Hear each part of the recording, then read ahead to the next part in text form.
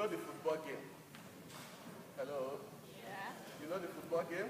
Yeah. I have a friend that doesn't like football. He thinks it's 22 fools chasing a round letter ball. And I tell him most times that any man that doesn't like football is not a complete man, so you need to go for medical checkup. Okay, don't mind me. But what does the scoreboard tell us? Not this game, this is just a sample. What does the scoreboard tell you? What does the score mean? Everybody is talking, nobody is talking. If you are good, what does the scoreboard tell us? That the game is not over. Okay. Status report at the time, yes. But I'm also looking for something fine. Apart from the game not being over, status report, what does it, okay, let me tell you, what does status report mean? Who is winning? Who is losing? What else?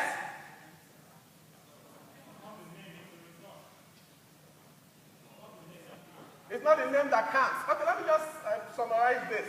That each time, the game is important because it tells us at any given point in time where we stand relative to the competition.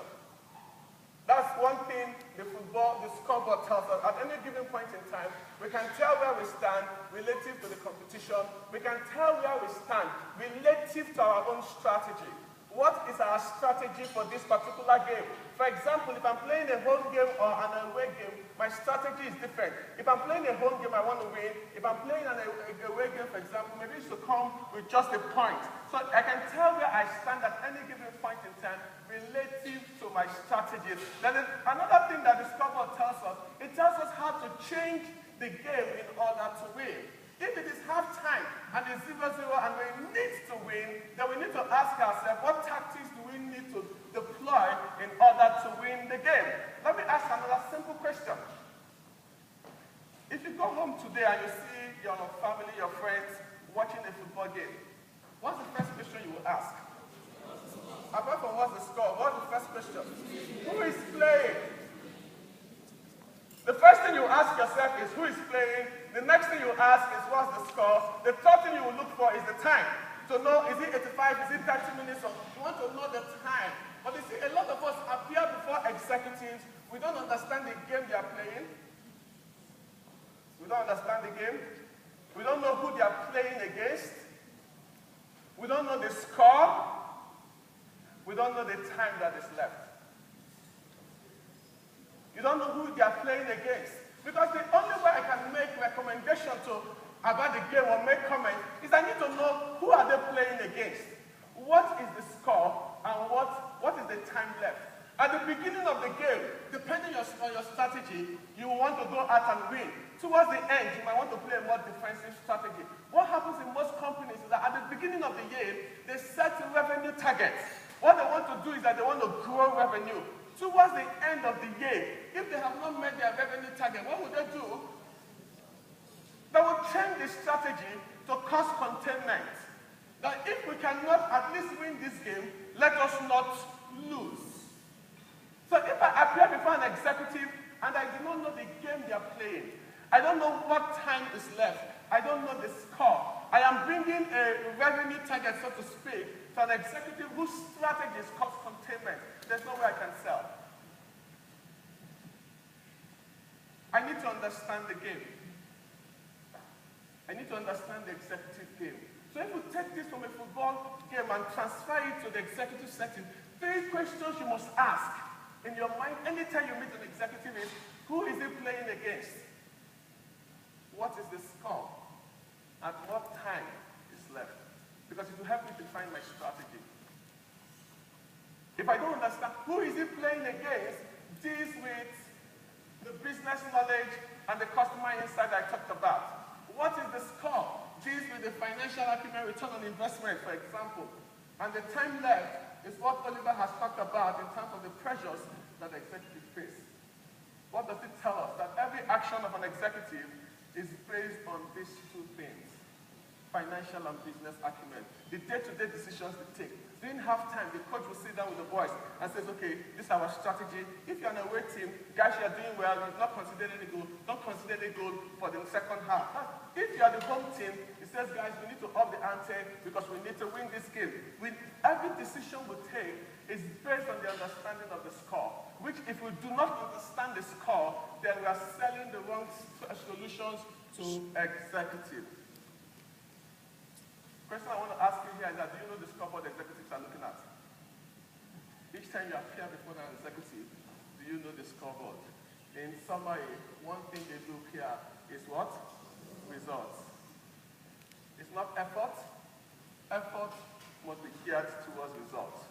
I gave this example yesterday and I'd like to mention it, that I think that one of the best players, I think that one of the most skillful, not just best, most skillful players that Nigeria has ever had is a guy named J.J. Okocha. If you know football very well, J.J. Okocha is very skillful.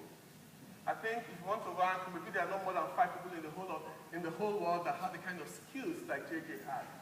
1993-94, when they entered the Nigerian scene, when J.J. enters the field, J.J. will be dribbling, and people will be saying, ooh. But what happened? The coach benched him. Why? Because his dribbling skills was not translating to results. Skillful, dribble, play to the gallery, but you're not helping me achieve results. And sometimes the proposals we send to executives are not even worth the color paper we use in printing them. Beautiful, well-banded, but the executive does not see any value, any result. The only thing the executive sees is that, in fact, some executive would have said you shouldn't have wasted the no result. Peter Drucker, the father of modern management, says that economic performance is a specific function and contribution of business enterprise and the reason for its existence. The economic performance. And in order to achieve economic performance, an executive must do 3 things. That the present business must be made effective, the potential must be realized, and it must be made a different business for the future. 3 things that the executive must do. That the present business, I must make the present business effective, I must identify potential in the present business, or remove challenges in the present business, or I must present this business as a business that will survive over the long haul. And so when you come before an executive, the same question the executive is asking, how would your proposal make me become effective, my present business? Are there opportunities that you've identified that I can maximize? Should I improve my cash collection, or how would I improve my credit sales? Let me give you an example. I'll come back to it. There's a particular company that we went to make a presentation to, and it was like a selling proposal. And the company simply said, our people are selling. So our problem is not teaching the people how to sell. The problem is that they are not collecting the cash. So they are doing a lot of credit sales rather than cash sales. So I don't need you to come and teach my people how to sell faster and better. Because if you come and teach them how to sell faster and better, they'll still go ahead selling. And today we have a lot of bad loans and our credit sales have gone bad. So what we need is somebody that will come with a solution of improving cash collection. Now, if I understood that challenge, and I went to the company to say, I'm not coming here to teach you how to sell. I know you people are selling already. I want to teach you how you can convert your credit sales to cash sales, or improve your credit collection. Would I have an inroad into that company? Yes. So the problem with us is that we are speaking to executives in a language they don't understand because we don't understand the